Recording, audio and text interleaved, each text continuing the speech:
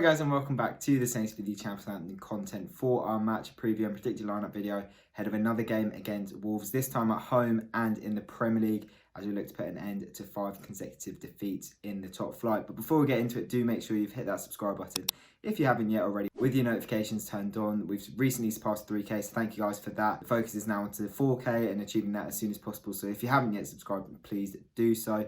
Follow us on our socials as well. And as always, this video is kindly sponsored by the guys over at Pitch Sport. If you haven't yet downloaded that app, the link is in the description. Right, let's get into it. Now, as always, let's look back to the last game for Saints. A brilliant 2-0 win away at this weekend's opponent, Wolves, in the FA Cup 5th round. We've reached the quarterfinals. We've got a great draw to come. And I thought it was a really comfortable win, actually. I thought we could have scored more, probably should have scored more with the chances that we created.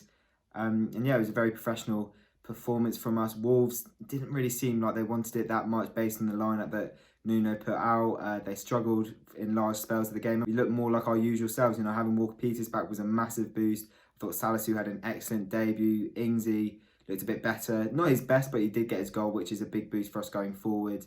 The only players really where I would complain is probably Redmond and Gileppa. I thought Armstrong easily man of the match.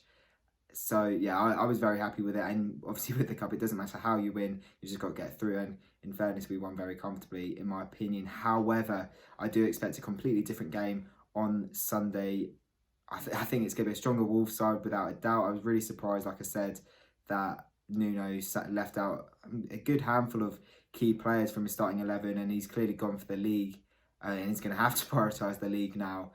And it's been an interesting season for Wolves. I'm surprised at how low in the table they've kind of gotten themselves. They're 14th right now, 2 places below us and 2 points below. So they will go ahead of us if they win the game, but we still have a game in hand on them. So yeah, I'm surprised. I think now that they're out of the cup, they obviously have to focus on the league and try and get themselves towards the top half, because that's exactly where they're probably seeing themselves. Of course, I'm sure their fans would have wanted another push for a European spot. It hasn't happened this year, and I think realistically speaking, a 10th place finish is the best they're going to get now. As for us, it's pretty much the exact same thing. Pick up points again and push towards the top half. I think if we were to finish outside of the top half, based on some of the football we've played this season, some of the results we've picked up, where we've actually been, you know, we were top for a bit.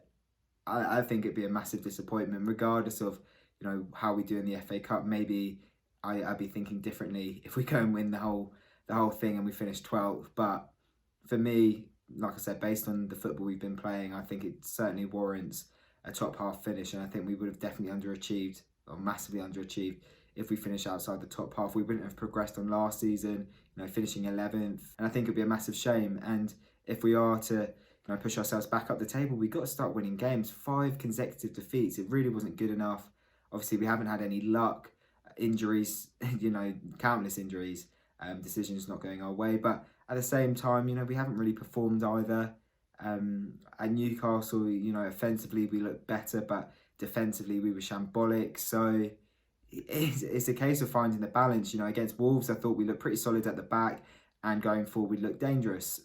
We have to show that again on Sunday, and I would expect it to be a very similar starting lineup, and obviously we'll talk about that in the predicted lineup. But I'm hoping at least that we put in a similar performance and, you know, see this game as a must-win, because in my opinion it is a must-win. We've got a month until the quarter-final game against Bournemouth. Obviously we'll be looking to win that one, but we've got a handful of league games to focus on, and we've got to get ourselves back up the table. And out of the next 3 games, you know, Wolves at home, Chelsea at home next weekend, and then Leeds away a couple of days after that, I'm seeing this as probably on paper the most winnable, and we've got to take that opportunity, in my opinion. Of course, they're an excellent side. You know, they left out the likes of Neto, Willian Jose, Adama Traore on Thursday night. I would expect probably all of those 3 to be in the starting 11 on Sunday, and we've got to be wary of that. Like I said, I'm surprised that they are where they are. They've had a rotten spell, but they've picked up a couple of points over the last couple of games. Beat Arsenal, got a good 0-0 draw against Leicester. Maybe this is the point where, you know, they're turning a corner again, and they're going to pick up some form. Obviously, let's hope not. Let's hope that we can get back to winning ways in the league on the weekend. We just have to see, but I think it's going to be a really close game. But onto the predicted lineup, and compared to the FA Cup side, I think we're going to see maybe a couple of changes, but all in all, I think it's going to be pretty similar. In goal, I don't think Fraser Forster is going to get the nod. He's had 4 clean sheets in 4 appearances. A lot of people are now calling for him to replace McCarthy, with McCarthy having conceded 12 goals in 2 games. I'm torn. I'm torn about it because, yes, Forster's kept 4 clean sheets in 4 appearances, but he hasn't had that much to do. You know, I don't think we've played opposition that have shown up on the days where Forster's been playing. You know, Liverpool were poor that night. Shrewsbury didn't really test him. Arsenal, only half an hour, they kind of played well.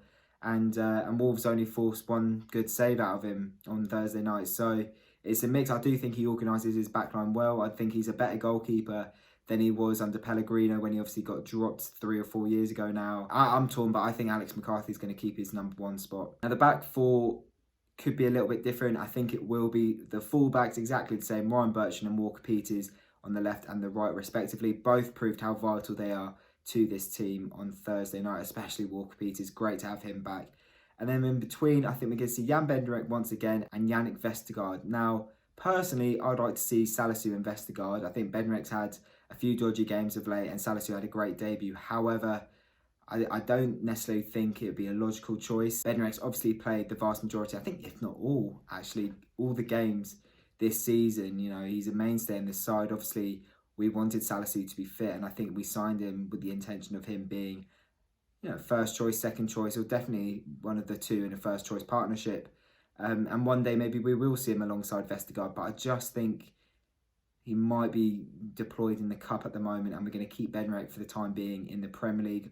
Yannick Vestergaard got a rest on Thursday night after, you know, 2 months out. He got a game against Newcastle, you know, very 50-50 performance, but I'd like to see him back in the league, definitely. In the midfield, I think there's going to be no change. Ward-Prowse and Romeu, both of which had great games on Thursday night. On the right, Stuart Armstrong, arguably his best game in a Saints shirt. I thought he was absolutely sublime. I didn't expect to see him. I thought he was still injured. Obviously, I was proven wrong, and thank God I was. Great goal as well to top off a really strong performance from him.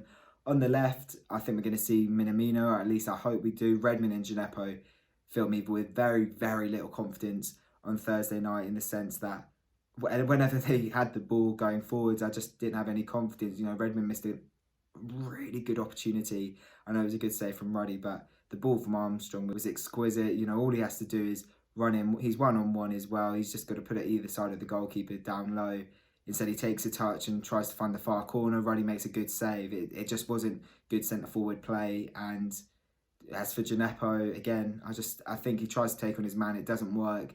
And I think he's lacking confidence at the moment. But Minamino had a great debut. He's cup-tied.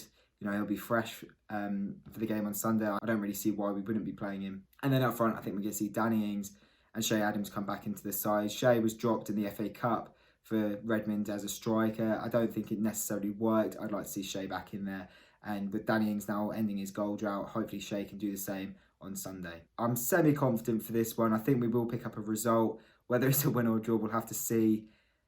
I'm going to go 1-1. I do obviously want us to win it. I just think Wolves will go a bit stronger and give us a bit more of a game, really. And that is it for the video. If you have enjoyed it, leave it a like. Subscribe if you haven't yet already. Let me know in the comment section below your thoughts ahead of the game, your score predictions, how you're feeling. Who would you start? Would you give Salisu another game? Do you think Forster should be replacing McCarthy in the league as well as the Cup? Let us know in the comment section below. Follow us on our socials, and we'll see you after the game, after hopefully 3 points. See you then, guys.